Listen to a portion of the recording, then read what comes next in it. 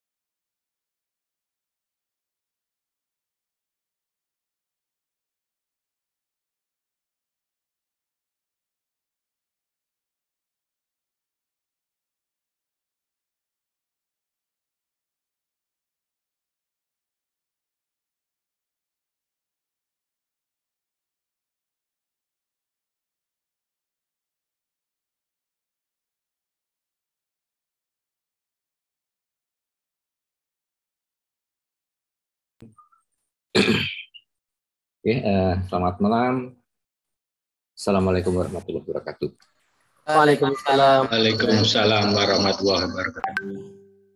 Ya, kita lanjutkan untuk malam ini ya. Background saya apa itu kira-kira? Gunung, Pak. Sunset. Benar.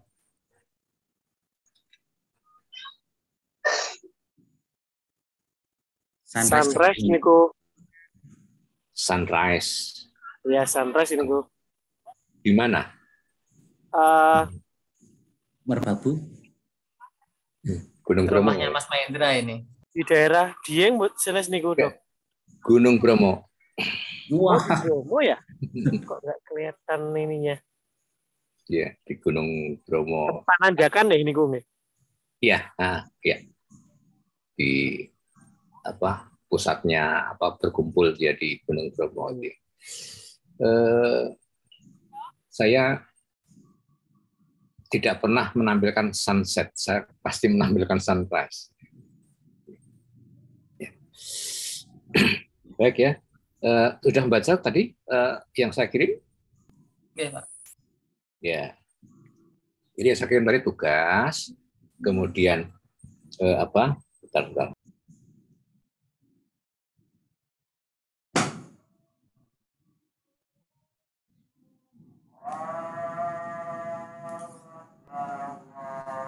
Tugas buku tahun 2009 ya.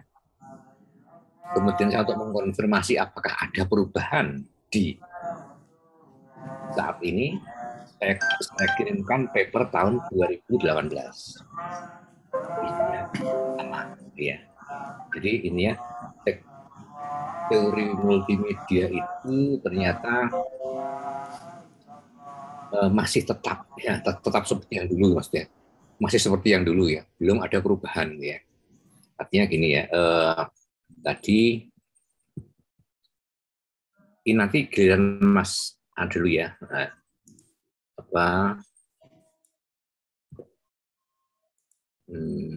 Lalita Dani, nanti Mas Dani mempresentasikan dulu, yang lainnya pekan depan ya. Jadi bentar, saya bisa.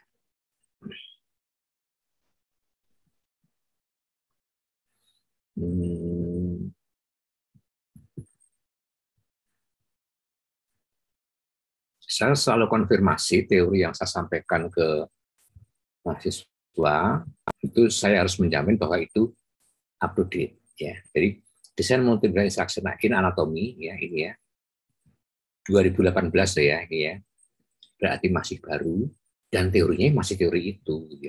Nampaknya kesimpulan saya, teori Mayer itu adalah permanen ya, permanen ya, itu luar biasa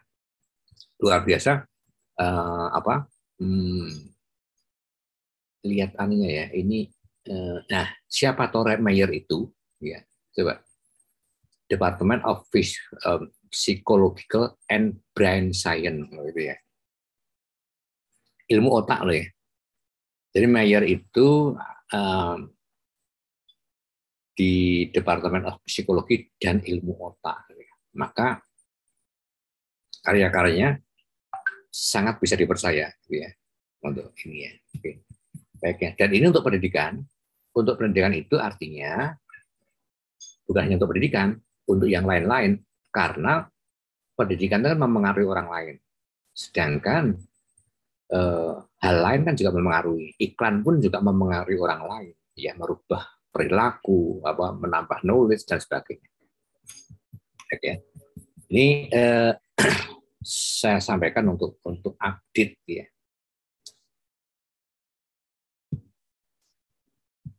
Baik, kemarin saya sampaikan untuk video. Janji saya adalah Mas Dhani malam ini untuk menampilkan menampilkan cara pengambilan gambar perekaman video. Ini saya agak berbeda dengan kuliah yang saya sebelumnya. Ini saya ada rekognisi pembelajaran lampau. Nah, ini di sini saya merekognisi Mas Dhani untuk menyampaikan pengalamannya di UNI ataupun di luar. Oke, Mas Dhani, saya persilahkan. Terima kasih Pak atas waktunya. Baik teman-teman, saya akan mempresentasikan untuk teknik pengambilan gambar video. Sebetulnya teknik pengambilan gambar video ini yang saya alami untuk sekian lama ini. Saya menjadi pengambil gambar video di UNI. Karena setiap ada pengambilan gambar video mesti ke tempat saya ataupun ke tempatnya Mas Prasetyo. Kalau Mas Prasetyo itu untuk foto biasanya. Baik.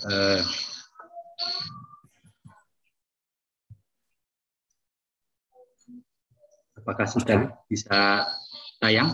Sudah. Halo. Ampun, Mas. Oke, baik.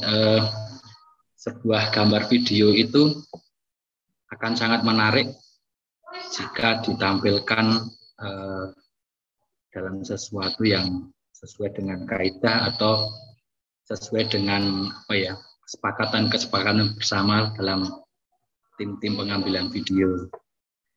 Dan juga teknik pengambilan gambar video itu juga sangat diperlukan karena ada beberapa gambar yang kadang jadi tidak enak ditonton. Sebelum ke teknik pengambilan gambar video, akan saya jelaskan dulu. Video atau film itu sebetulnya rangkaian banyak frame. Seperti yang minggu lalu disampaikan Pak Pri, bahwa frame untuk video itu standarnya adalah 1 detik adalah 25 frame. Itu kalau di Indonesia, Cina, Australia dengan standar videonya PAL atau SCAM. Sedangkan yang di Amerika, Jepang, Kanada, Meksiko itu menggunakan 30 frame per detik atau 29,97 frame. Jadi lebih halus kalau yang 30 frame. Kan tetapi kamera-kamera video yang sekarang itu mendukung untuk frame yang lebih banyak. Misalkan bisa kamera video yang HD atau 4K itu bisa 60 frame per detik. Sehingga file yang dihasilkan videonya sangat bagus, sangat halus. Gerakannya juga lebih halus, tidak patah-patah. Dan juga untuk sinematik itu lebih bagus karena memang file gambar yang dihasilkan lebih rapat. Sehingga kalau untuk di bioskop itu lebih jelas dan lebih jernih hasilnya. Kemudian untuk frame dan size-nya, kalau untuk ukuran HD itu recording in progress. Untuk ukuran HD itu 1920 kali 1080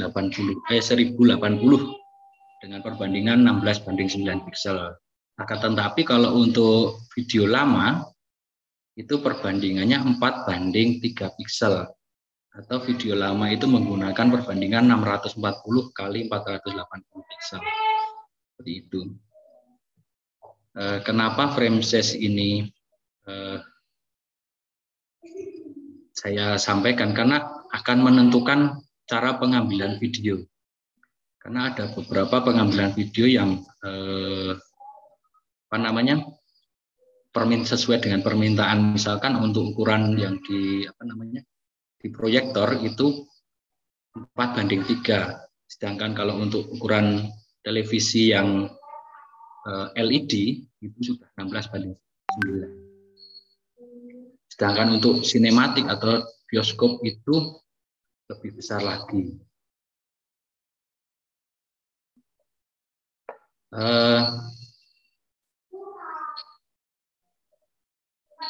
Frame size ini menentukan ketajaman gambar. Jumlah pikselnya, semakin besar pikselnya akan semakin besar, akan semakin tajam. Dan juga saat di play itu akan semakin enak dilihat. Ini adalah perbandingannya. Frame size yang kita sering sebut resolusi. Yang pertama untuk HD 720 atau 1280 kali 720 piksel, Full HD 1920 kali 1080 piksel, ukuran 4K 3840 kali 2160 piksel. Ada lagi sebetulnya ukuran 2K, lebih kecil dari 4K.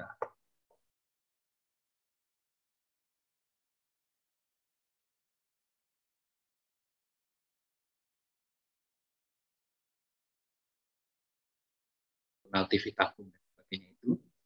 Dan juga untuk bioskop atau sinema itu ukurannya ini 2,39:1. Ini untuk di bioskop. Nah, untuk biasanya kalau kita di kamera itu ada grid garis-garis putih seperti ini. Nah, ini untuk menentukan frame size-nya. Yang ini untuk ukuran 16:9, yang ini untuk ukuran 4:3. Jadi ini 4:3, ini 16:9. Itu. Sehingga saat kita mengambil gambar video, sebisa mungkin ada di frame ini, frame 4:3, karena akan jika pas editing video akan dipotong jadi 4:3, maka subjek kita tidak terpotong. Kemudian bagaimana jika pengambilan gambar itu pas frame size-nya terpotong, itu seperti ini, maka akan dibuat letterbox, atau biasanya kalau kita lihat di televisi itu atasnya hitam seperti ini, atau pilar box. Pilar box itu ukuran video yang ukurannya 4:3 menjadi 16:9 ini. Agar kalau kita lihat di LED TV atau TV yang 16:9 itu menjadi lebih pas. Sedangkan kalau ini adalah ukuran video 16:9 ditampilkan di sinematik. Nah, jadi seperti ini, maka akan ada beberapa yang terpotong dan juga akan ada tambahan.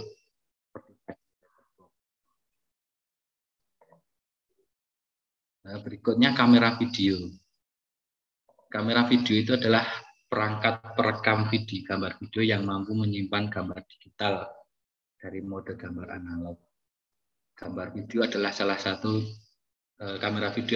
satu produk teknologi digital, sehingga disebut pula perangkat digitizer yang memiliki kemampuan mengambil input data analog berupa frekuensi sinar dan mengubah ke mode digital. Macam-macam kamera video, ada satu kamera video broadcasting, ini biasanya ada di studio yang besar dengan lensa yang besar dan pakai apa ya namanya remote di tripodnya. Kemudian profesional video kamera. Ini profesional video kamera ini yang bisa apa namanya lensanya berganti-ganti. Ada prosumer video kamera atau semi profesional. Terus kemudian ada consumer video kamera.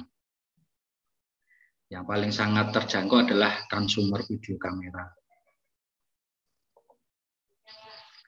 Nah, selanjutnya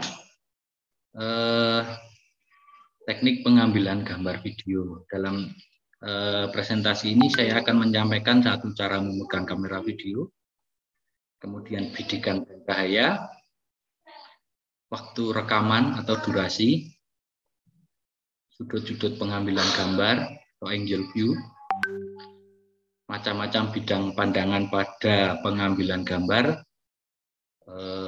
itu nanti ada close up dan long shot dan sebagainya. Kemudian ada kamera movement atau gerakan kamera. Nah, yang pertama adalah cara pegang kamera. Untuk memegang kamera ini harus dipegang dengan mantap agar tidak goyang-goyang, karena saat kamera dipegang dengan tangan atau handle spot itu biasanya akan mengakibatkan efek shaking atau gerakan goyang seperti itu. Untuk menghindari itu, usahakan kalau mengambil gambar video menggunakan tripod, karena video tidak seperti foto ya. Kalau foto sekali jepret berhenti, tapi kalau video karena gambar bergerak dia akan mengambil secara kontinu dan bergerak seperti itu. Yang paling aman adalah lengan, kelihatan nggak ya? Lengan itu menjepit ke badan seperti itu. Jadi lengan menjepit ke badan, terus tangan yang satu untuk memegang video, memegang kamera, tangan satu. Tangan yang satunya untuk menstabilkan kamera atau juga dapat mengontrol lensa kalau untuk menggunakan profesional kamera. Kemudian juga untuk memegang dan mengoperasikan video kamera dapat menggunakan satu ataupun dua tangan. Kalau satu tangan itu biasanya untuk kamera kecil ya. Kalau untuk kamera profesional kayaknya nggak mungkin menggunakan satu tangan. Usahakan badan dan kamera dalam posisi stabil, berdiri dengan dua kaki, menyangga badan dengan mantap. Karena pernah saya melakukan dengan satu kaki, akhirnya gambarnya shaking, gerak-gerak, hampir jatuh.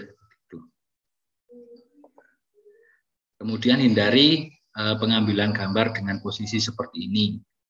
Karena apa? Karena saat akan bergerak atau pindah posisi ini akan sangat susah dan gambarnya mesti akan berantakan. Itu lebih baik jika akan mengambil gambar posisi menengah adalah seperti ini, jongkok dengan apa namanya, satu kaki dan satu kaki bersiap seperti ini. Jadi jika akan ada pergerakan bangkit dari tempat itu lebih memudahkan. Hindari juga posisi seperti ini. Untuk mengambil posisi yang rendah, tidak perlu tiarap seperti gambar ini. Tidak perlu tiarap seperti gambar ini, karena nanti saat akan bergerak atau memindahkan kamera ini akan sangat tidak nyaman. Atau peristiwa-peristiwa yang menarik lainnya akan lebih susah move kameranya. Nah, lebih baik kamera diletakkan di tanah seperti ini, dan saat akan ada pergerakan lain akan lebih memudahkan pengambilan kamera. Dan dapat dengan perlahan memindahkan kamera. tidak langsung shakingnya tidak terlalu banyak. Kemudian selanjutnya adalah setelah cara pegang kamera, kemudian bidikan cahaya. Unsur cahaya itu sangat penting dalam pengambilan video. Yang paling sangat dihindari adalah dengan latar belakang cahaya yang sangat terang. Hal ini akan menghasilkan gambar yang gelap atau biasa disebut backlight. Akan tetapi jika sangat terpaksa, gunakan fasilitas backlight yang ada di kamera. Tapi tidak semuanya kamera itu ada sih. Kemudian pengambilan cahaya dari belakang objek itu juga ditujukan biasanya untuk mengambil gambar siluet atau yang tidak terlalu mementingkan bentuk objeknya. Nah, ini contoh gambar dengan kamera ada backlight dan tanpa backlight dan ada dengan backlight. Ini fasilitas kamera tanpa backlight. Di sini ada fasilitas kamera backlight-nya di on-kan. Kemudian ini pengambilan gambar tanpa lampu, jadi sedikit gelap. Ini dengan lampu, ini bisa terlihat lebih terang seperti itu. Baik, terus kemudian waktu rekaman atau durasi. Kemampuan mata untuk mengidentifikasi sesuatu membutuhkan sedikitnya 5-8 detik. Usahakan pada saat pengambilan gambar video itu pada posisi stay atau berhenti 5 detik terlebih dahulu baru bergeser, atau misalkan kalau saya biasanya pada saat pengambilan video pembelajaran gitu, jadi membuat video pembelajaran seperti itu, objek atau artis atau subjeknya itu saya beri waktu 5 detik atau sedikitnya 10 detik baru si subjeknya berbicara. Jadi waktu mengambil rekaman saya hitung 1, 2, 3, 4, 5, 6, 7, 8, 9, 10 baru subjeknya berbicara. Karena jika kurang dari 5 detik biasanya itu akan terpotong atau akan terlewat. Ada sesuatu yang terlewat.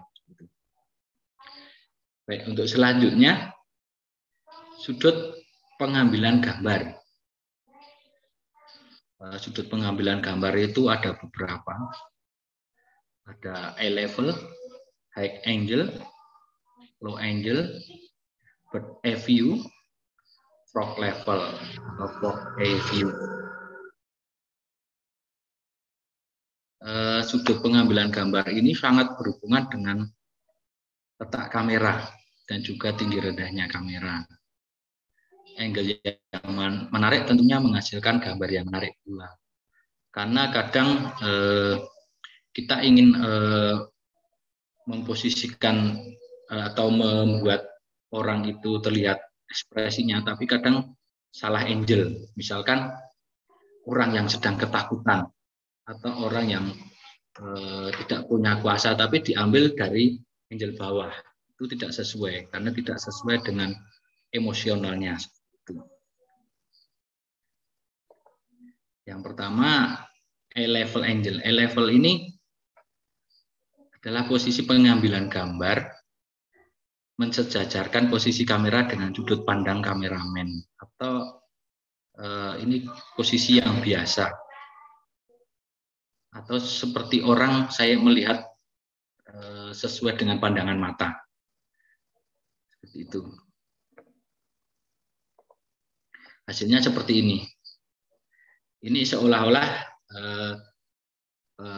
penonton atau viewer itu melihat dari arah samping, seperti itu. Jadi sejajar dengan mata memandang. Kemudian sudut pengambilan gambar yang selanjutnya adalah high angle. High angle ini adalah posisi pengambilan gambar dengan kamera diarahkan ke bawah. untuk merekam aktivitas yang penuh gerak seperti tarian kolosal atau demonstrasi mahasiswa. Ini karena semua gerak dapat terekam sekaligus. Dan juga sudut ini akan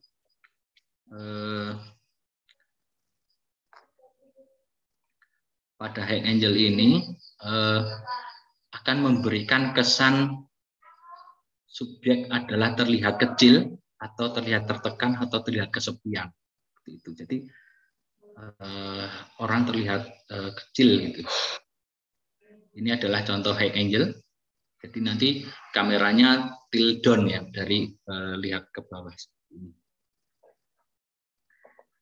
Kemudian sudut pengambilan selanjutnya adalah low angle. Pada low angle ini tiap shot dengan kamera menengadah ke atas saat membidik sasaran. Dapat digunakan untuk merangsang rasa kagum, meningkatkan ketinggian dan kecepatan objek subjek. Itu efek dari kesan dari sudut ini adalah subjek terkesan lebih superior, dominan, berkuasa atau menekan. Ini contoh low angle. Nah, seperti ini. Ini juga contoh low angle. Yang ketiga adalah bird eye view atau view mata burung. Hampir sama dengan high angle, namun bird eye view lebih tinggi lagi. Namanya juga bird eye view ya. Jadi letak kameranya seperti burung. Jadi seperti burung di atas. Biasanya diambil menggunakan drone atau helikopter atau pesawat seperti itu. Hasil gambarnya tentu saja lingkungan yang luas dan benda-benda lain yang terlihat kecil. Ini contoh gambar bird eye view. Sudut pandang kameranya tinggi, dari atas menunduk. Jadi subjeknya terlihat kecil, gitu ya. Subjeknya kecil seperti itu. Kemudian frog eye view. Hampir sama seperti high angle, namun frog eye view ini dari bawah.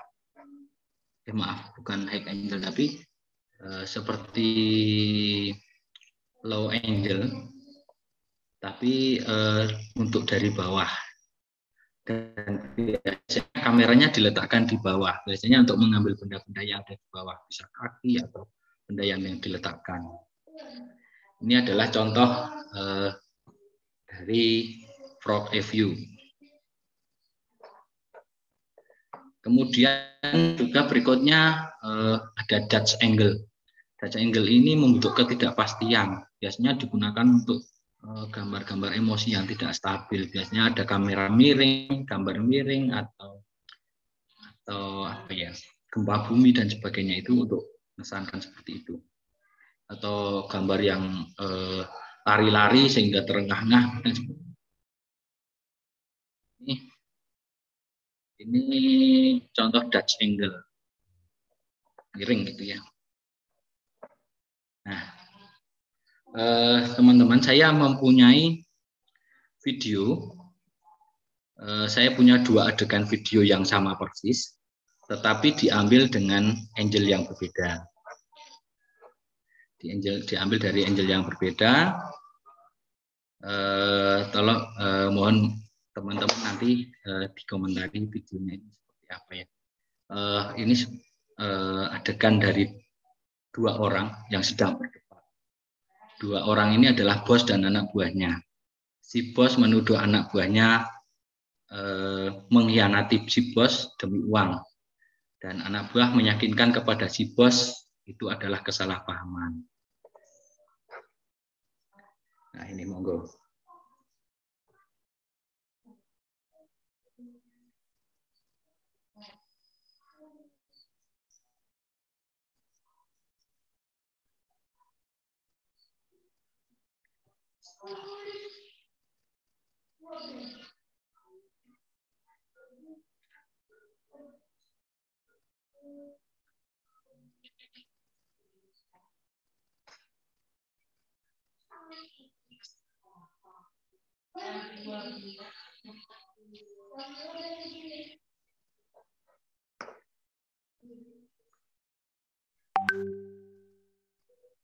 Nah, ini adegan yang pertama. Berikutnya adegan yang kedua.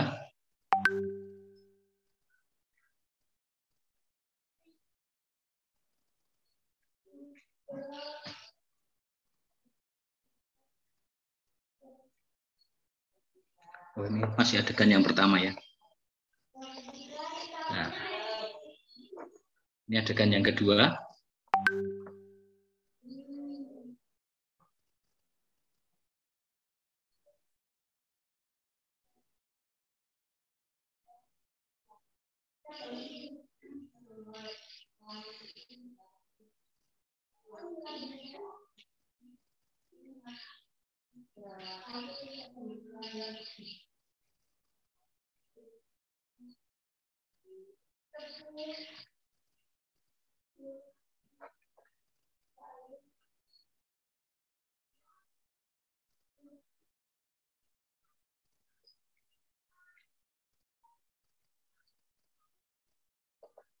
Baik, sampai di sini bagaimana menurut teman-teman dua adegan ini? Dua adegan ini adalah adegan yang sama persis, diambil dari sudut yang berbeda. Monggo siapa yang mau berkomentar dua adegan ini? Iya. Monggo Mas Mahendra. Silakan gua komentar. Ngapunten Mbak, saya kalau yang pertama itu tadi kalau dengerin penuturan dari panjenengan tuh kayak yang pertama tuh pas gitu Mas. Cuman kalau yang kedua kan kayak dibalik, yang Masnya yang pakai kacamata ini kan yang harusnya punya power yang lebih gitu kayaknya ya. Kalau asumsi saya, yang pertama itu kan dibikin dari low angle, jadi kayak orang subjeknya itu jadi kayak terlihat powernya gitu. Terus ketika Masnya yang satunya tadi yang nggak pakai kacamata itu kan dari high angle, jadi kayak kelihatan cute gitu istilahnya ya. Nah pas ini. Tapi kalau pas yang di kedua kan dibalik, jadi kayak misalkan barusan ini nyun saya nggak tahu ini ada suaranya atau enggak, tapi saya pas nggak dapat suara, tapi dari angle ini kelihatan yang kedua ini kayak malah loh ini yang diintimidasi yang kebalik malah gitu gitu Mas. Kalau kalau kalau yang saya lihat, jadi kayak dari angle aja udah kelihatan banget ya ternyata. Ngoten Mas. Nah, benar sekali Mas. Jadi yang ini ya, yang slide pertama sebetulnya kan ini dari tadi seperti dari saya sampaikan, ini dari frog view, kemudian eye level, kemudian ini low angle. Nah, low angle ini kan kelihatan dia terkesan mengintimidasi ya Mas ya. Iya benar. Keren juga ya. Sedangkan yang ini terkesan saya terintimidasi atau tertekan. Iya. Gitu kan. Ciut gitu ya. Nah, ciut. Nah, seperti itu contoh pengambilan. Sedangkan yang kedua ini kok malah yang ini yang mengintimidasi kok terkesan ciut gitu ya. Iya, kebal ya. Nah, itulah kenapa pentingnya menggunakan angel pengambilan gambar, karena memang ada beberapa, kemarin saya juga kadang karena penempatan kamera ya, kadang saya juga saat pidato rektor atau pidato apa, kadang saya juga sering sedikit kesalahan karena saya ambil dari atas, cuma karena memang keadaannya seperti itu biasanya kalau live. Nah, ini contoh penerapan low angle. Jadi saat nanti teman-teman mau membuat video atau video tentang pembelajaran, itu bisa menerapkan angle kamera ini.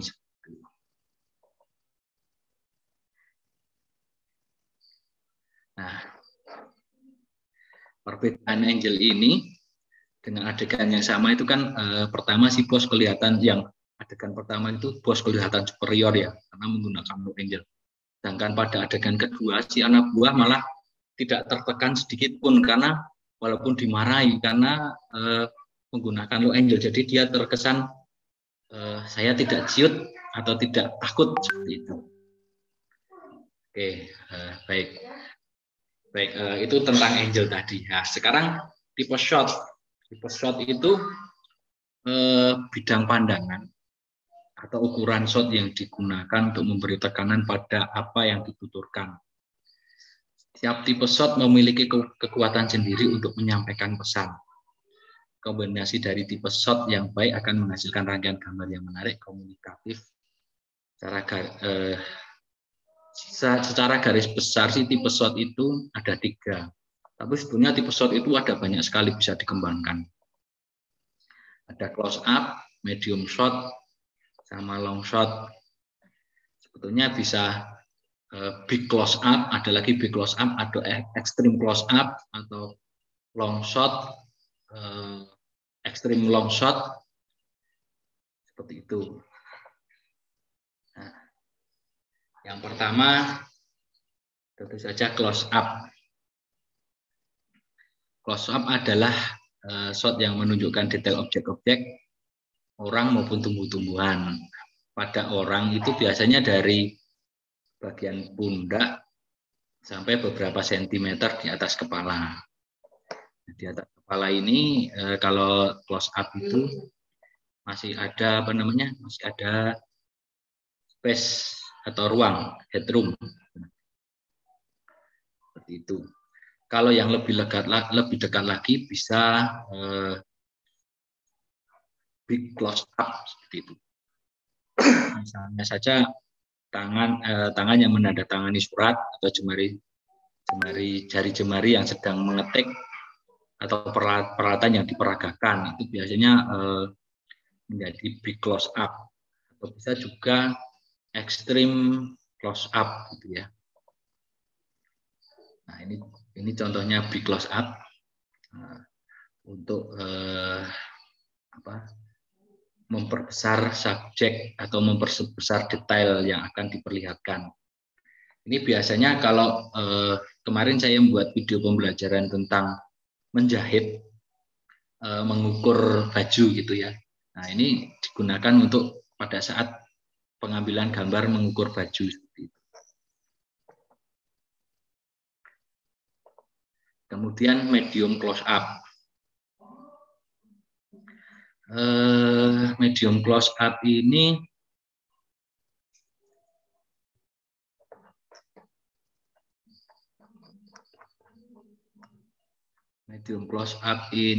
untuk memperlihatkan subjek biasanya dari pinggang ke atas dan ekspresinya kelihatan.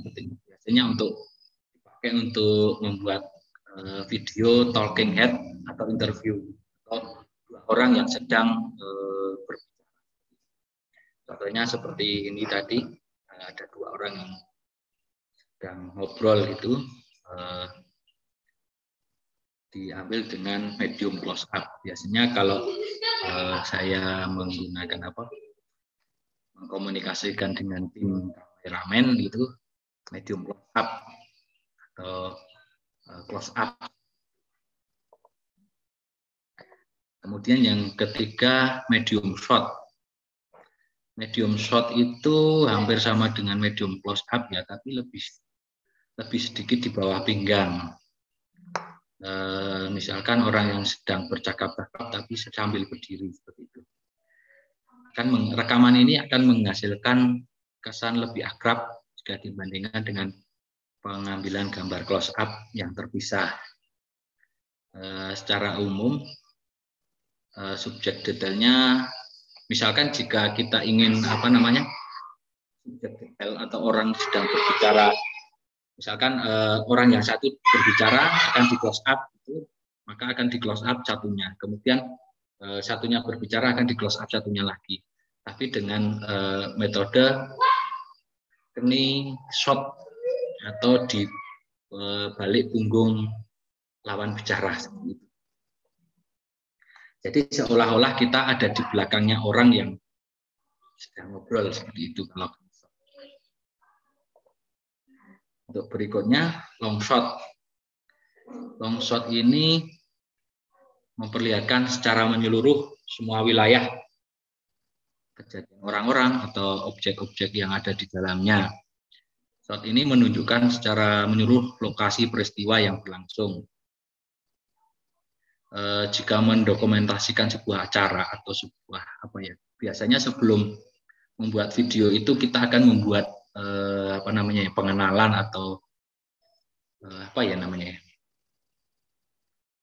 awal intro, membuat intro. Biasanya kita akan membuat intro itu kita akan mengenalkan gedung terlebih dahulu sebelum masuk ke gedung atau jalan suasana lingkungan. Nah, itu biasanya kita menggunakan long shot. Biasanya ini akan menunjukkan lokasi. Biasanya misalkan lokasi gedung itu di pinggir jalan apa, itu biasanya pengambilan dengan long shot.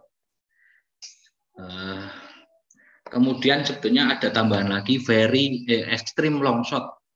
Extreme long shot itu lebih jauh lagi, hampir seperti dari angel view itu, jadi lebih luas lagi untuk memperlihatkan suasana lingkungan di sekitarnya tanpa memperhatikan objek.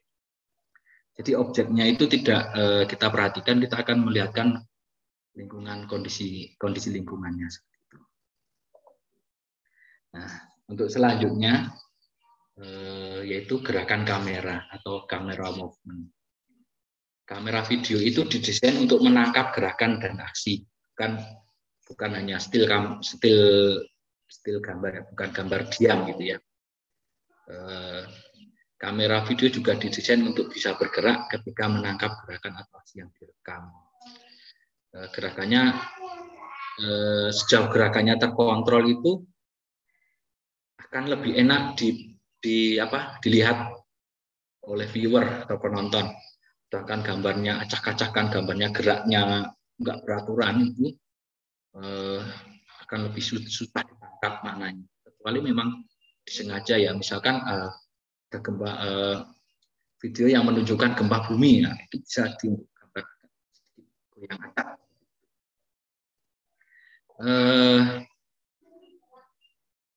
Ada beberapa gerakan yang digunakan dalam pengambilan gambar video. Yang pertama adalah panning, tilting, pedestal, crab, arc, zoom. Kalau zoom itu sebetulnya saya tidak mengatakan gerakan kamera, ya, kalau menurut saya sih. Kalau zoom itu sebetulnya gerakan lensa. Itu. Jadi ada bukaan diafragma dari 50 mili ke berapa, itu zoom. Nah, yang pertama adalah panning. Panning adalah gerakan kamera secara horizontal, mendatar dari kiri ke kanan atau sebaliknya. Pan right adalah kamera bergerak memutar ke kanan. Pan left adalah kamera bergerak memutar ke kiri. Tapi kameranya diam, tidak kameranya bergerak. Jadi kameranya berposisi berpusat gitu ya. Kayak kita menoleh gitu, bukan bergerak. Jadi seakan-akan kita menoleh ke kanan atau ke kiri seperti itu. Jadi kita akan memperlihatkan ke penonton bahwa viewer itu sedang menoleh ke kanan atau ke kiri. Nah, ini saya contohkan untuk gerakan panning. Jadi kameranya bergerak ke kanan dan kameranya tetap.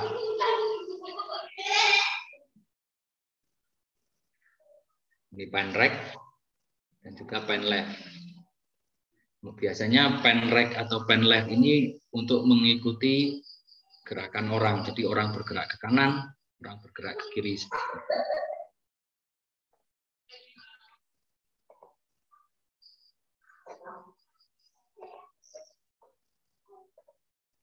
Kemudian yang kedua yaitu tilt atau tilting, adalah gerakan secara vertikal dengan kamera tetap ya, tidak bergerak. Kameranya mendongak dari bawah ke atas atau sebaliknya dari atas ke bawah. Tilt up itu kamera mendongak ke atas dan tilt down mendongak ke bawah. Itu. Ini contoh untuk tilting.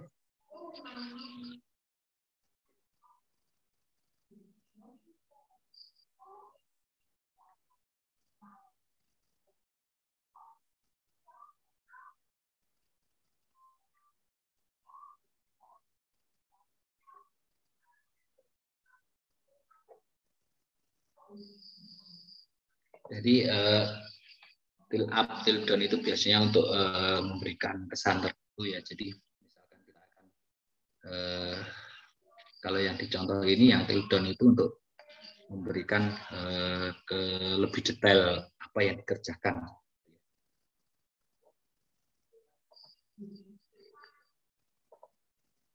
Kemudian dolly, dolly atau track.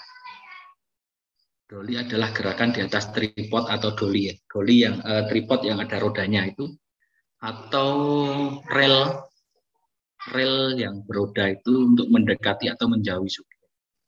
Dolly in mendekati subjek, dolly out menjauhi subjek.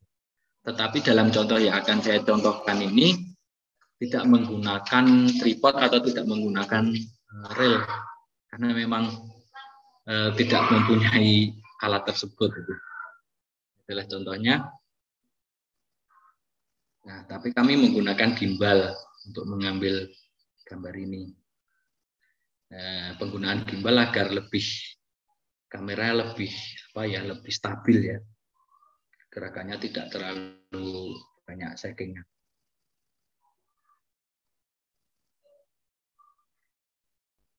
Nah, seperti itu.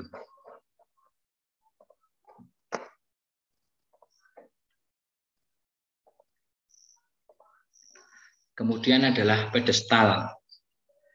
Pedestal ini gerakan naik turun kamera di atas pedestal.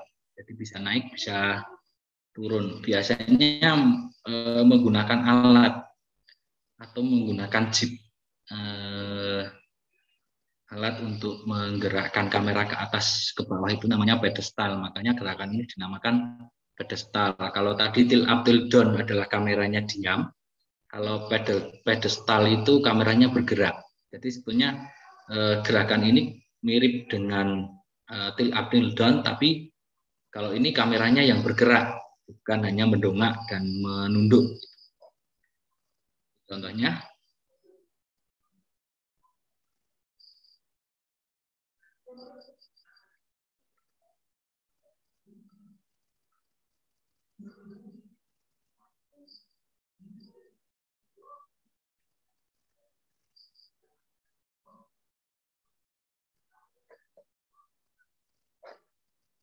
Nah, seperti itu. Jadi seakan-akan kita melihat subjek itu, misalkan kita melihat dari bawah, bukan hanya menunduk dan bergerak ke atas gitu ya, tapi kita seakan-akan kita dari jongkok terus bergerak naik. Biasanya gerakan ini biasanya untuk melihat, misalkan ada film mengintip sesuatu gitu ya, jadi melongok seperti itu ya. Itu biasanya menggunakan pedestal. Ini. Kemudian crab. Crab itu kalau bahasa Indonesianya kepiting, yaitu gerakan kamera secara lateral atau menyamping, berjalan sejajar dengan subjek yang sedang berjalan, atau berjalan seperti kepiting. Kepiting itu kan berjalannya menyamping, jadi bergerak menyamping, kameranya bergerak. Ini hampir sama dengan panning atau pan left, pan right. Tapi kameranya bergerak. Kalau pan kan hanya menengok ya, kameranya menengok. Kalau crabbing ini kameranya bergerak. Itu biasanya kalau di produser film itu crabbing ini menggunakan reel. Ada reelnya tersendiri, atau yang lebih kecil itu ada slider. Ada slider kamera. Jadi kameranya digerakkan di atas slider atau di atas reel. Untuk bergerak itu. Tapi kalau tidak ada rel atau tidak ada slider, biasanya bisa menggunakan troli dorong, troli barang itu, atau menggunakan kursi roda, atau menggunakan kursi yang beroda. Saya pernah mengambil untuk gerakan crabbing ini menggunakan kursi yang beroda itu. Jadi kursi kantor saya taruh di jalan itu terus saya gerakkan. Tapi yang di contoh video ini karena tidak ada rel, jadi kita menggunakan stabilizer atau gimbal untuk bergerak ke kanan dan ke kiri. Jadi tidak menggunakan rel yang seperti di production house itu kita menggunakan gimbal dan orangnya bergerak, kameramannya bergerak. Kalau di production house yang ada relnya itu biasanya kameramen di atas dolly, di atas relnya itu didorong oleh orang. Tapi kalau di contoh ini kameramennya yang bergerak. Nah, ini crab leg.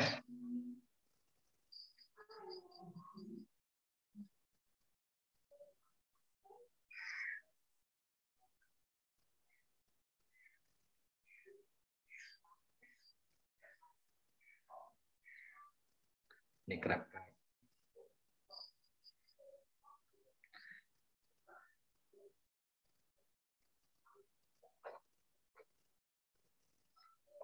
Nah, seperti itu. Kemudian ada arch. Arch itu gerakan kamera memutar, mengitari objek dari kiri ke kanan atau sebaliknya. Di arch ini menggambarkan apa ya? Seakan-akan objek itu kita putari seperti itu.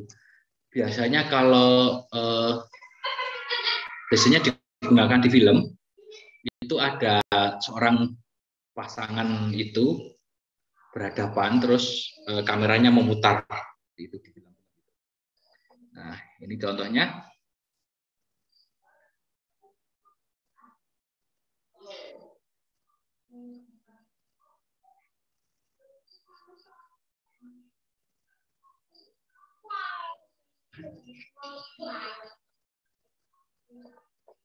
Nah, dalam camera movement itu perlu ada beberapa catatan. Ada beberapa catatan yang perlu diperhatikan. Satu, jangan membuat pandangan penonton terganggu. Gerakan yang terlalu cepat, untuk panning, tilt, maupun gerakan yang lain berulang-ulang itu akan membuat penonton merasa jemu dan mungkin mengabaikan rekaman berikutnya. Jadi karena gerakan yang sangat membuat pusing itu sehingga penonton itu jadinya berikutnya mesti memusingkan seperti itu. Kemudian juga untuk aturan standar pada gerakan pengambilan video adalah selalu merekam subjek secara statis minimal 5 detik. Ini contohnya ini sebenarnya kan contoh ini selama kurang lebih 3 detik atau 5 detik itu saya buat jadi hitam. Karena apa? Karena biar memperhatikan dulu hitam, terus kemudian baru berikutnya kelihatan. Nah, seperti itu. Karena saat di play kalau sudah langsung ke objeknya itu akan langsung kelihatan memutar, jadi tidak terlihat mana sih fokusnya kemana seperti itu. Tapi sebaiknya membidik itu 5 detik dulu statis. Jadi sebelum bergerak statis dulu 5 detik baru bergerak. Atau kalau dalam pengeditan video biasanya dibuat dulu jeda kurang lebih 3 detik untuk pergantian gambar berikutnya seperti itu. Nah, sebagian besar kamera video itu ada yang otomatis fokus, ada juga yang tidak. Kalau otomatis fokus itu akan mengkoreksi fokusnya. Namun selalu hati-hati jika mengambil gambar video dengan otomatis fokus, terutama tidak menggunakan tripod. Karena apa? Jika kameranya gerak-gerak, maka otomatis fokusnya akan bergeser-geser atau berubah-ubah, sehingga akan mempengaruhi kualitas gambar. Kadang kita akan mengambil suatu fokus, tapi yang ternyata fokusnya ada di belakangnya. Itu biasanya yang kamera otomatis fokus ya. Itu. Makanya harus berhati-hati untuk kamera yang ada otomatis fokusnya itu. Itu untuk kamera movement. Nah, seperti yang dulu Pak Priyanto sampaikan itu, selain gerakan kamera, angle kamera, ataupun tadi cahaya dan sebagainya, sebenarnya ada rule of framing dalam pengambilan video. Dalam pengambilan video itu ada rule of framing, ada beberapa itu ya. Jadi agar pengambilannya bagus, saya akan mencontohkan seperti ini. Ini adalah rule of framing itu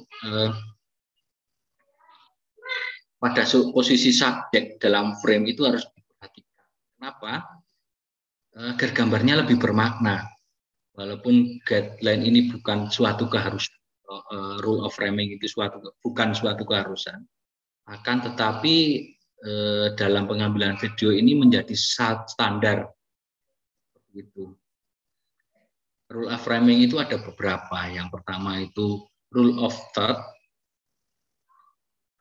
Yang kedua newsroom normal.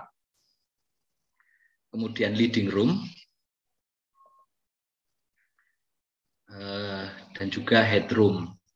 Nah, dalam ini rule of third itu, jadi frame video itu dibagi menjadi 9 bagian ya. Jadi frame video itu dibagi menjadi 9 bagian seperti ini. 1, 2, 3, 4. Jadi ada 1,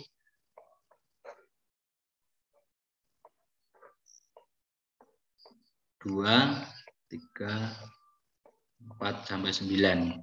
Nah, frame video atau frame kamera itu jadi 9 bagian. Subjek ditempatkan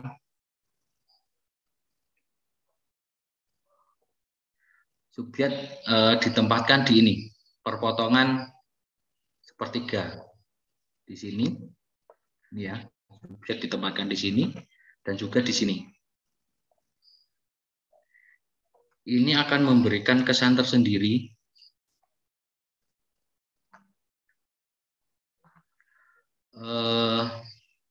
dan akan lebih menarik apabila subjeknya diletakkan apabila subjeknya di sepertiga ini daripada subjeknya diletakkan di tengah.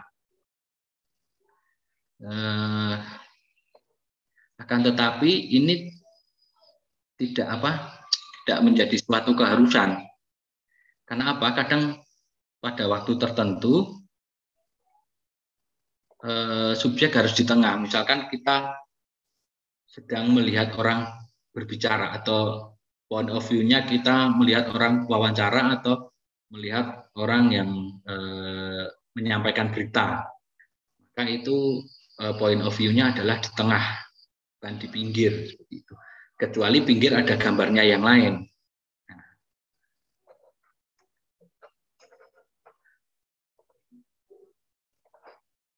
Ini adalah point of view. Nah, ini akan lebih menarik jika diletakkan di sepertiga atau 2/3 itu, pada di tengah. Nah, kalau di tengah seperti ini kan jadi kelihatan mana itu.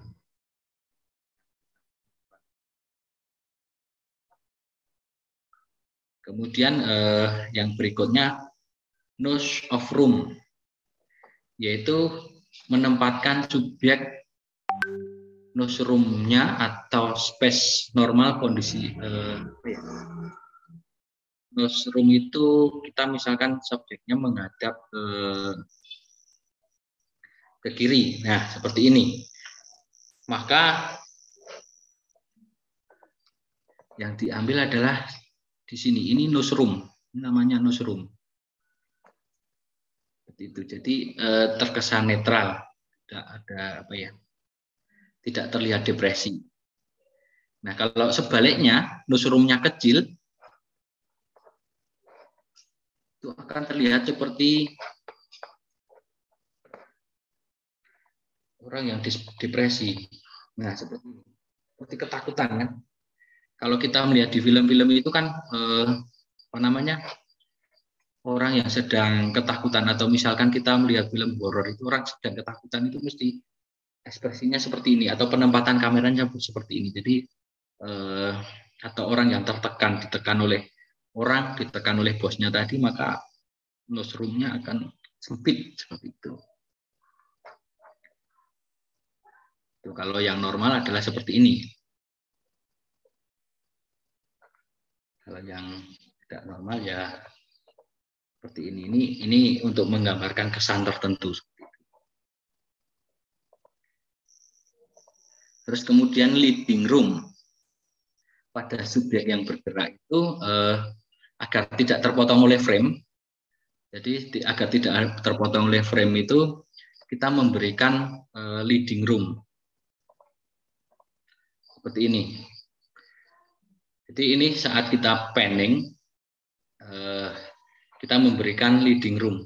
Nah ini jarak ini agar saat subjek ini bergerak tidak terpotong frame, maka kita memberikan room yang space ini.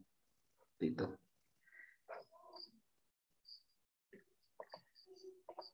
Kemudian headroom. Headroom itu apa namanya? Ruang di atas subjek. Terlalu banyak headroom terkesan subjek tenggelam dalam frame, terlalu tipis mengesankan subjek ruang yang terlalu sempit. Akan tetapi headroom ini tidak berlaku jika kita mengambil gambar dengan ekstrim close up atau big close up, karena kalau ekstrim big close up atau close up itu justru yang tidak terpotong adalah dagunya seperti itu. Nah, ini adalah headroom. Ini headroom yang atasnya kurang. Jadi seakan-akan orang subjeknya terlalu ke bawah gitu ya. Nah, ini headroom yang pas. Nah, ini headroom yang terlalu sempit. Yang atas kepotong. Nah, itu. Sebaiknya headroomnya normal seperti ini wajar. Jadi ada sekitar beberapa senti di atas apa namanya di atas kepala itu.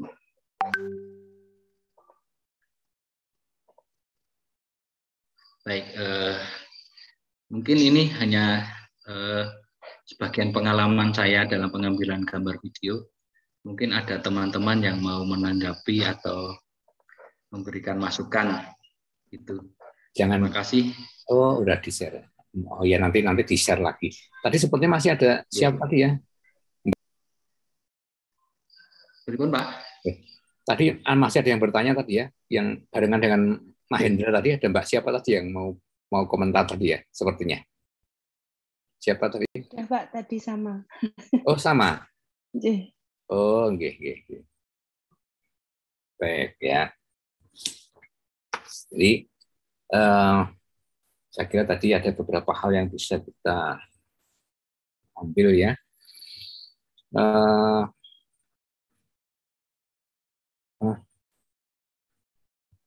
Untuk kamera itu sudut aja sudah menentukan karakter kan ya.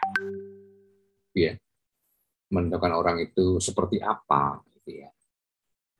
Nah, kemudian intinya angle tadi adalah menentukan segalanya gitu ya. Orang itu superior atau tertindas itu kan bisa nampak dari angle-nya itu ya. Nah, ini bukan hanya berlaku untuk kamera ya. Kita memandang siapapun dari angle yang mana, gitu kan ya. Saya memandang Mas Dhani dari angle yang mana. Angle artinya sini bukan angle sudut, tapi angle sudut negatif atau sudut positif kan gitu kan orang. Orang itu kalau memandang orang lain dari sisi negatif, yang kerjanya bagus ya tetap komentarnya negatif gitu kan ya. Perspektif. Iya, kayak perspektif ya. Jadi kalau orang itu memandangnya positif, walaupun kelakuannya negatif, tetap dipandang positif. Nah, jadi Ini secara umum ya seperti itu. Kemudian tadi ya yang ada nostrum ya, nostrum. Jadi itu nampak juga ada aspek-aspek psikologis di sana. Jadi betul ya, multimedia di sini adalah core-nya adalah psikologi. Kira-kira gimana? Sepakat nggak? Setuju dok, setuju banget. Jadi angle tadi dari atas maupun bawah tadi sudah menunjukkan efek psikologi yang sangat berbeda, dan kita akan menilai orang itu akan dengan berbeda. Nah, saya akan komentari Mas Dani. Mas Dani, di-share lagi. Nah, yang gerakan kamera. Nah, saya akan berkomentar tentang spatial contiguity dan temporal contiguity. Nah, belum di-share, Pak. Bentar, Pak.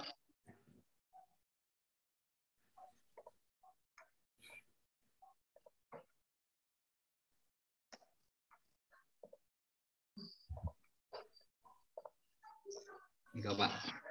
Ya, ini gerakan kamera ya, Pak. Berikutnya dari yang panning ya.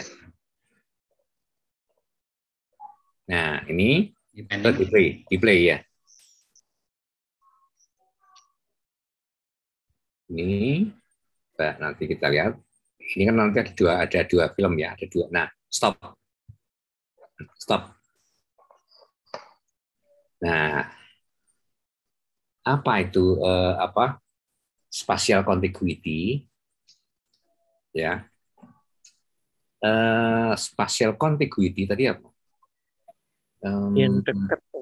Nah, orang yang belajar lebih baik ketika kata-kata dan gambar yang sesuai disajikan berdekatan daripada jauh, gitu ya. Kemudian temporal, orang akan belajar lebih baik ketika kata-kata dan gambar yang sesuai disajikan secara bersamaan daripada berturut-turut. Ya. Jadi yang ini sudah sesuai dengan kaidah spatial contiguity dan temporal contiguity. Itu ya, Mas Hani ya. Oke. Sesuai. Nah, sekarang yang itu, yang tadi yang bird eye bird eye coba. yang sejenis yang tadi itu. Iya. Bird eye. Yang tadi yang awal-awal. Nah, ini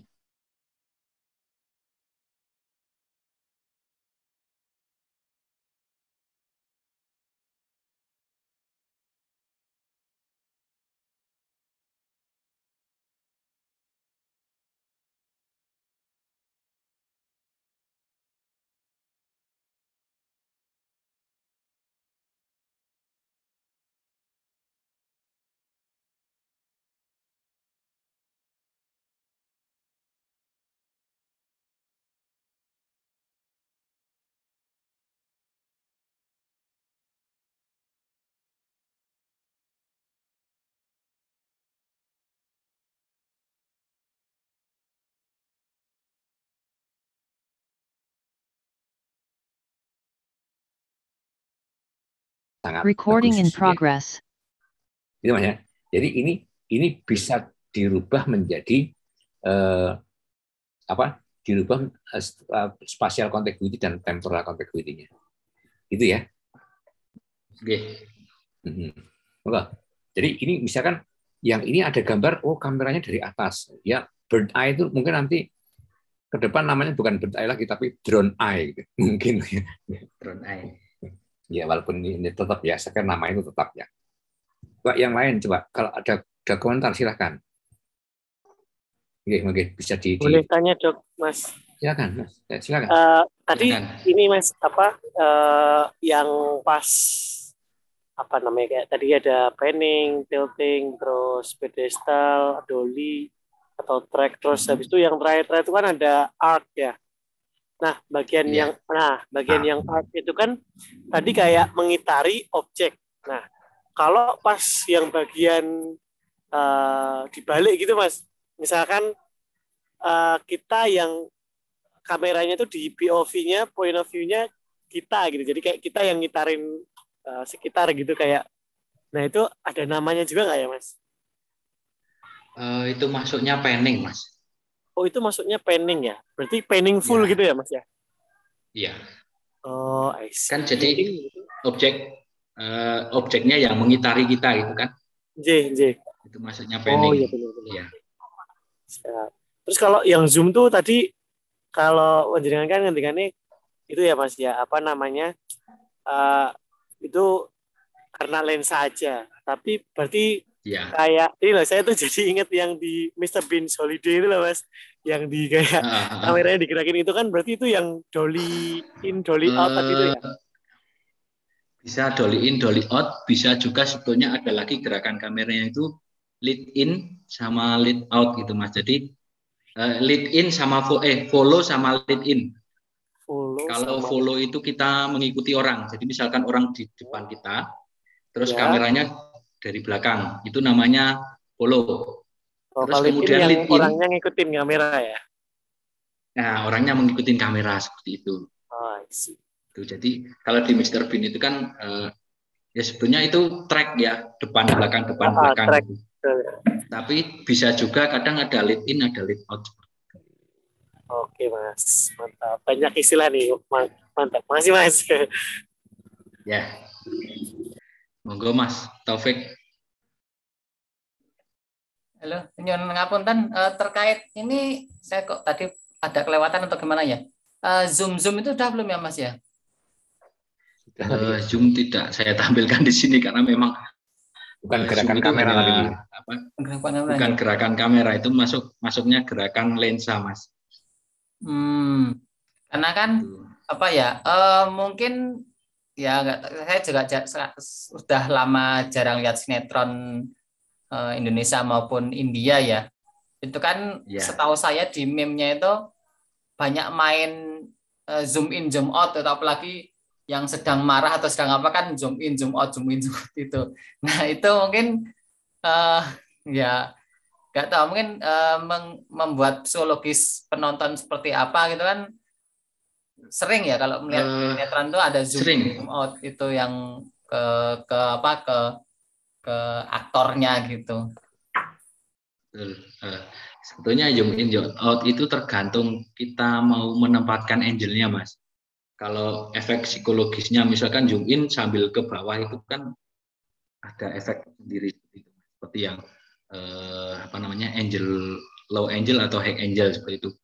Terus kadang juga terkesan zoom in zoom out yang cepat bisa membuat efek psikologis orang marah. Kadang seperti itu ada.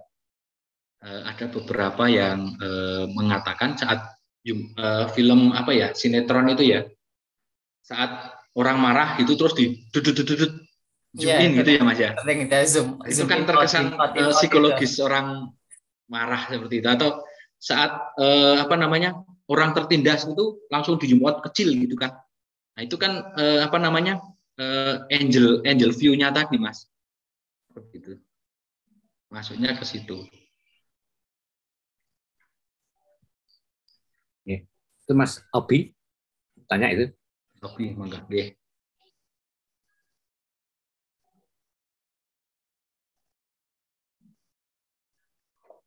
Ya. Betul.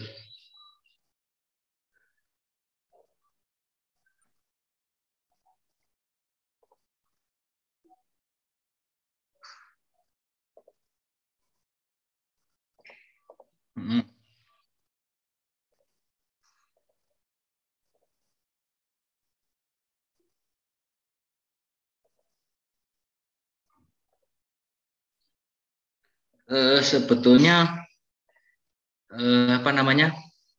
kita perlu ini Mas, mengetahui karakteristik psikologisnya Mas. Kita mau membuat video itu dari aspek mana dulu? Misalkan aspek ini orang sedang mengintimidasi atau orang marah. Jadi di dalam storyboard itu kita membuat orang ini sedang memerintah, gitu misalkan. Orang sedang memerintah, maka angel view-nya itu dari bawah, gitu kan. Kalau angel gitu, jadinya low angel dari bawah. Misalkan orang yang lagi marah itu, maka dia akan kita buat di storyboard low angel seperti itu, Mas. Jadi atau orang yang sedang dimarahi, atau tadi orang yang sedang mendanan atau apa itu, maka di storyboard dituliskan dari itu. Jadi kita harus sering-sering melihat kita mau membuat video itu dari mana sih, seperti apa gitu. Seperti itu.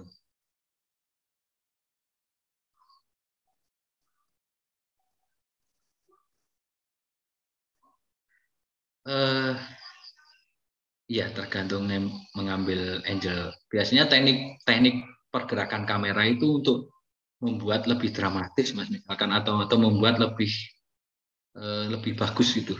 Misalkan masuk hanya still gambar diam gitu kan. Orang bergerak gimana? Kita nggak bisa ngikuti, ya. Seperti itu.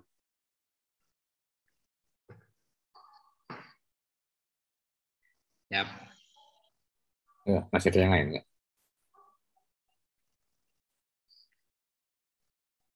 Ya, oke, Mas Dani bisa di close dulu. Mas Ocim itu, Pak. Ada. Oh, Mas Ocim ya, silakan Mas Ocim. Mas Ocim, Bapak, Mas Dani.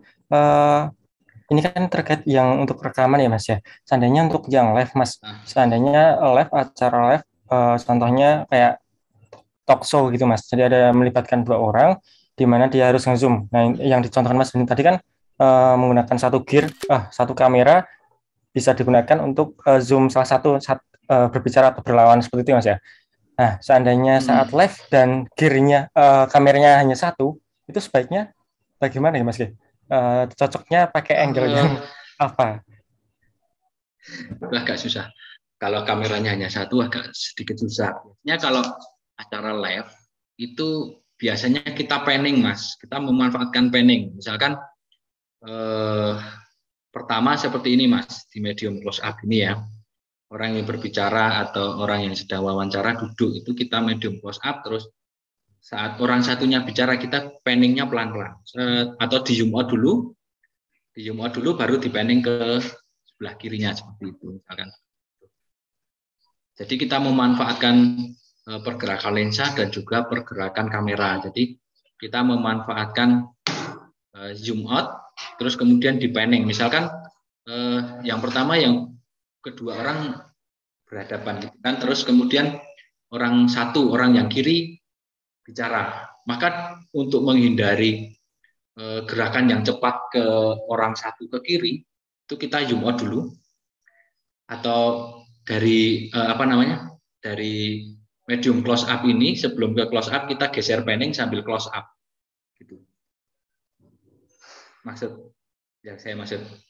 Jadi dari medium close up ini saat kita akan mengambil gambar ke orang yang satunya, misalkan orang yang di sebelah kiri, maka akan di panning left kemudian di zoom. Seperti itu. Nah, kalau kasusnya begini, Mas Dani, seandainya 2 orang, satunya MC, satunya narasumbernya. Nah, yang MC ini kan biasanya kan kalau tanya itu kan hanya singkat-singkat, Mas. Itu sebaiknya kita panning tadi, kita zoom orang MC-nya ini atau enggak, Mas? Atau tetap fokus di tengah gitu, enggak? Kalau biasanya kalau MC tanya singkat-singkat itu kita lebih ke medium close up, Mas. Jadi misalkan nanti fokusnya kan ke pembicara, lebih banyak ke pembicara. Jadi saat pembicara ngomong banyak, kita close up pembicaranya. Tapi saat MC-nya mau bicara atau pembicaranya sudah mulai, kita juga sudah harusnya tahu sih, Mas, sebetulnya kalau kita membuat acara video itu kita ada storyboardnya, kita tahu acaranya seperti apa, kita tahu. Oh, nanti kira-kira ada pertanyaan seperti ini, maka dibuat medium close up, jadi tanya jawab 2 orang gitu. Nah, seperti ini. Saat pembicaranya banyak baru close up. Mas Dani, Mas Dani. Nggih. Baik, masih ada yang lain nggak ini? Mas Risman, monggo Mas. Ya, terima kasih Pak. Ini Pak kan tentang tipe-tipe shoot itu kan. Dulu waktu saya PPG pernah disampaikan sama pemateri gitu atau dosen lah. Itu ada yang namanya Joe-shoot gitu. Joe-shoot. Ya, Joe-shoot. JAWS shoot gitu kan.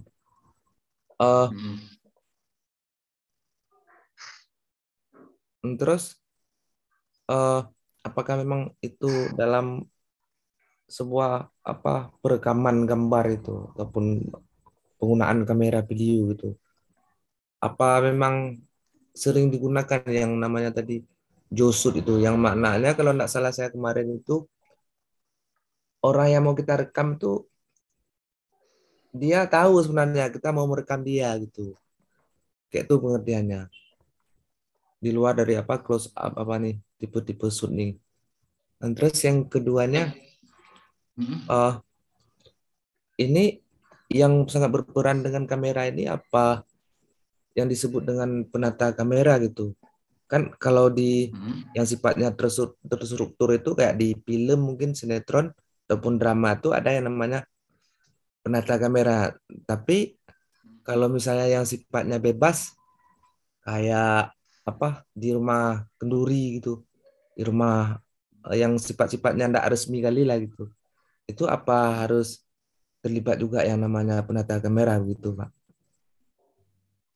Ya, itu saja Pak yang belum saya paham. Baik. Saya belum pernah mendengar Joe-shoot. Joe-shoot itu apa ya Mas? Cari di Google juga nggak ada ya. Saya juga baru dengar sama ini tadi. Baru dengar itu Joe-shoot itu saya belum pernah dengar dari teman-teman praktisi di pengambilan gambar atau di production house itu saya juga belum pernah dengar Joe-shoot. Joe-shoot atau Joe-shoot itu saya belum pernah dengar. Saya belum pernah dengar. Mungkin nanti saya cari dulu Mas. Saya belum pernah dengar sama sekali itu. Baru pertama kali ini. Terus itu kemarin kan dibilang Mas? sama dosen saya Pak kan JAWS tulisannya ada nasrah. Joe-shoot gitu. JAWS itu seperti apa ya? Vertigo effect ya Mas. Itu efek ya sebetulnya, bukan pergerakan kamera ya. Jadi kayak Dutch angel itu loh Mas. Jadi gerakan miring-miring atau apa ya? Itu kalau dari pengertian Joe-shoot yang ada itu. Kalau Joe-shoot saya belum pernah mempraktekkan atau belum pernah dengar ya. Gitu. Terus yang kedua apa Mas tadi Mas? Yang paling berperan dalam masalah kamera ini kan penata kamera. Penata kamera ya. Ya. Penata kamera itu biasanya malah yang lebih mengarahkan ya. Kalau penata kamera itu lebih ke apa ya? Menata kamera ya. Ya Mas Pras ya. Menata kamera ya. Jadi bukan yang mengarahkan. Kalau yang mengarahkan itu ya tetap Mas. Mengarahkan kamera itu tetap sutradara. Tapi kalau yang penata kamera itu mungkin hanya membawakan kamera dan menata kamera Mas. Tahu saya sih seperti itu, karena memang penata kamera itu atau yang biasanya malah mendorong-dorong pada saat ini Mas, pergerakan itu tadi. Jadi gerakan yang menata kamera nanti letaknya kamera di sini, letaknya kamera di sini gitu. Kalau yang pengambilan gambar tetap namanya kameramen, dan yang harus mengatur angle view di mana itu tetap sutradaranya. Berarti sutradaranya seperti itu sih. Sutradaranya di pembuatan perekamannya resmi itu termasuk ke masalah posisi kameranya diatur gitu Pak ya? Iya sih. Posisi kamera harus di sini itu ya yang tergantung sutradaranya Mas. Tapi yang meletakkan kamera itu ya yang penata kamera itu. Operator ya. Operatornya, operator yang menggeser-geser kamera gitu. Sutradara ini memerintahkan sesuai dengan skenario toh. Iya. Oh ya Pak. Oke Pak, terima kasih Pak. Baik, ya. Baik, ada yang lagi nggak? Ini Mas Prasetyo, yang kamera juga, tapi still kamera kebanyakan ya, Mas.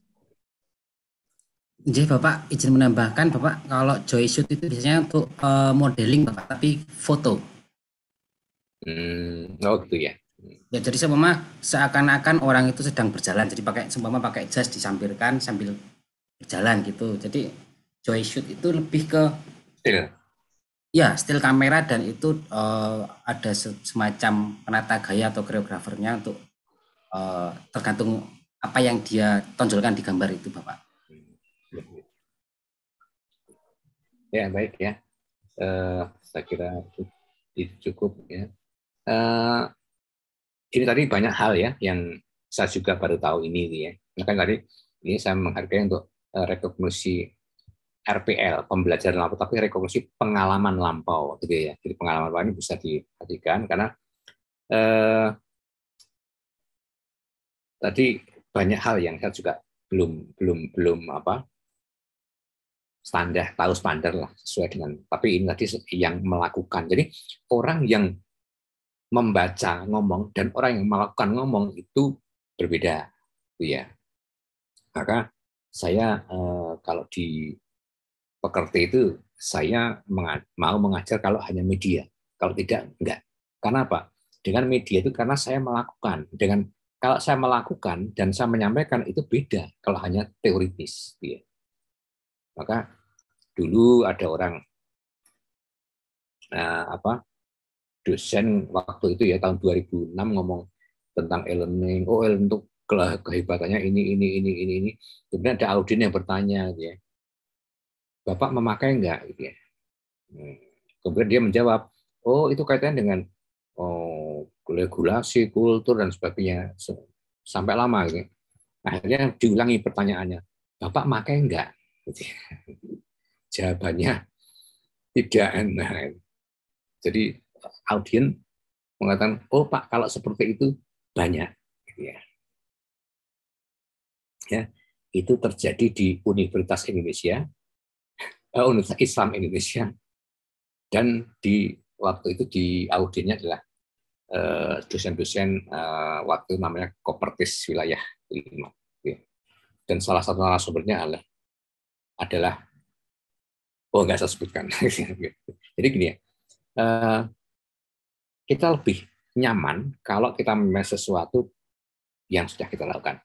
Nah tadi Mas Dani, tadi beberapa PowerPoint itu perlu diperbaiki, fontnya tadi ya masih pakai apa ya, itu kemudian ratanya masih ada yang rata kiri kanan itu ya.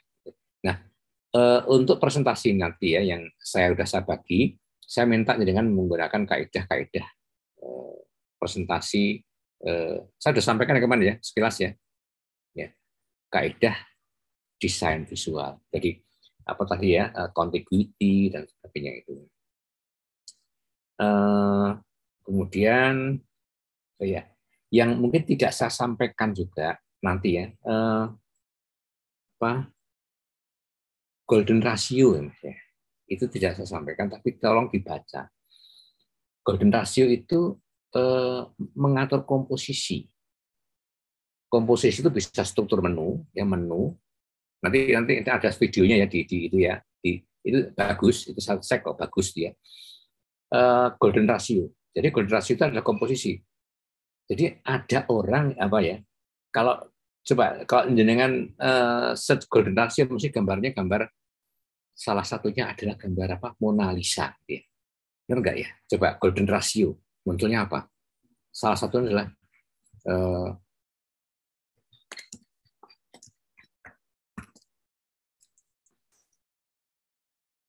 gambar Mona Lisa Pak, salah satunya Pak.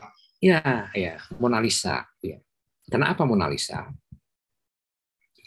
Jadi golden ratio itu adalah simbol kesempurnaan ciptaan Tuhan.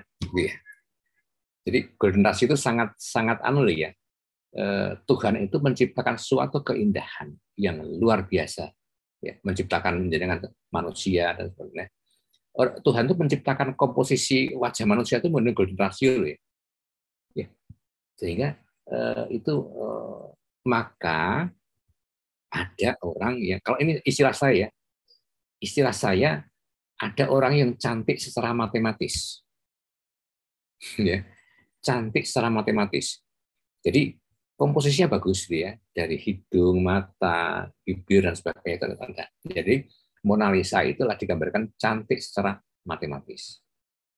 Ya, walaupun itu secara visual juga cantik, ya. Nggak apa. Tapi cantik itu kan relatif, ya. Orang tua. Tapi kalau jelek itu mutlak katanya.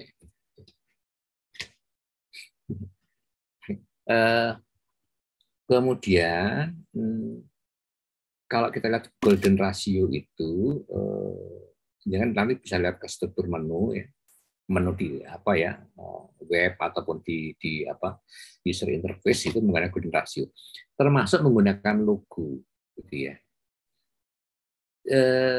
Nanti jangan ini ya, saya tak lihat ya, sekilas ya. Tolong dipelajari. Nah ini ya, ini misalkan golden ratio itu apa toh? Golden ratio itu ini matematis. Jadi dari basisnya adalah bilangan Fibonacci, ya, Fibonacci. Jadi ini ya, jadi bilangan Fibonacci itu apa? Fibonacci. Ya, tahu Fibonacci? Deret angka nih, Bu. Ya, deret angka itu berarti kalau saya lihat, nah ini ya, sebentar ya. Jadi ini 13 ke 21 itu kali berapa itu? Artinya gini ya. Ini baterainya kok lurus, sebentar.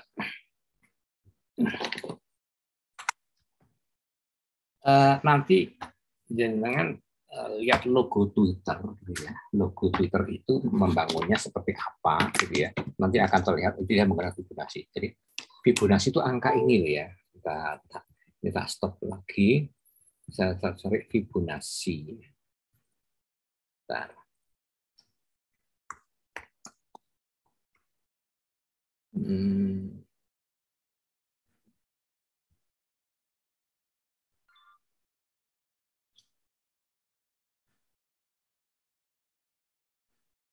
Jadi sebenarnya kita satu.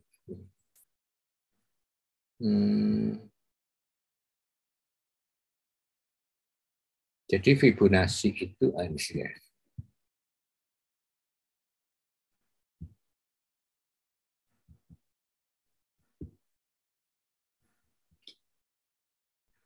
Bisa dilihat ini ya.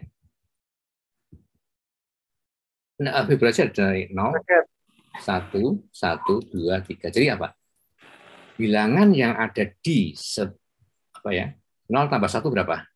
1. 1 tambah 1 berapa? 2. 1 tambah 2, 3. 2 tambah 5. Jadi ini, nah, akhirnya polanya itu adalah 1,6. 1,618. Ya, 1,18. Tapi ya, jadi 1618. Fixnya 1618. Ini ya. Nah, ini. Nah, makanya ada 0, 1, 1, 2, 3, 5 dan seterusnya. Plat nomor ini nomor apa ini?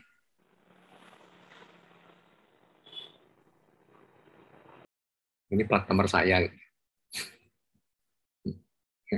1, 2, 3. Guyon Fibonacci.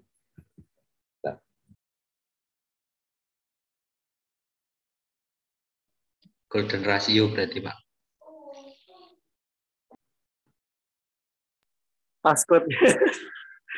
Iya juga ya. Oh iya, betul ya. Keren. Oh iya, di password ya.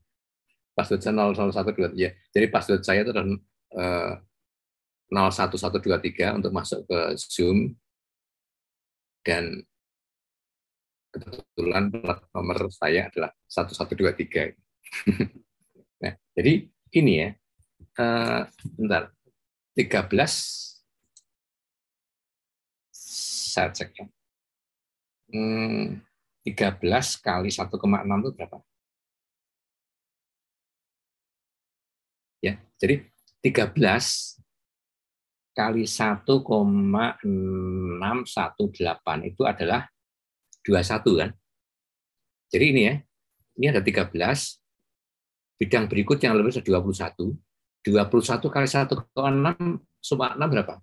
21 kali 1,618, yaitu ada 33 ya, 34. Nah, jadi komposisi ini adalah Fibonacci. Jadi golden ratio itu basisnya adalah Fibonacci.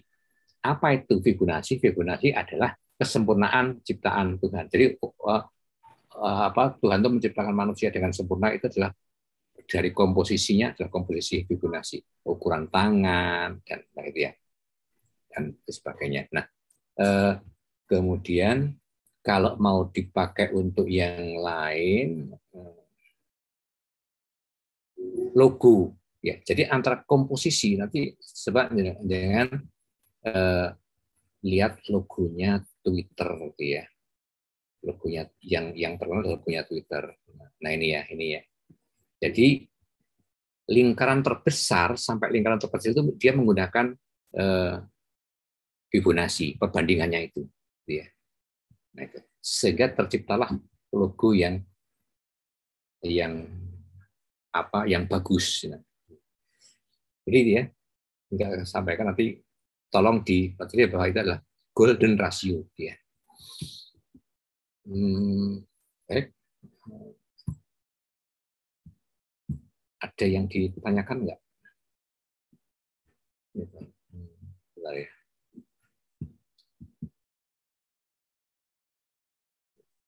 Baik, ini bingung saya.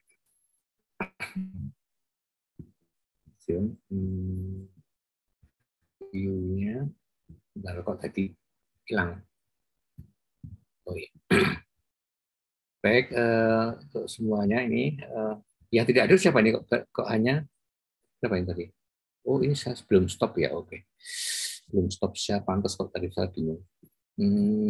Yang tidak hadir siapa ini? Ini ada 13. Berarti ada 2 yang nggak hadir ya?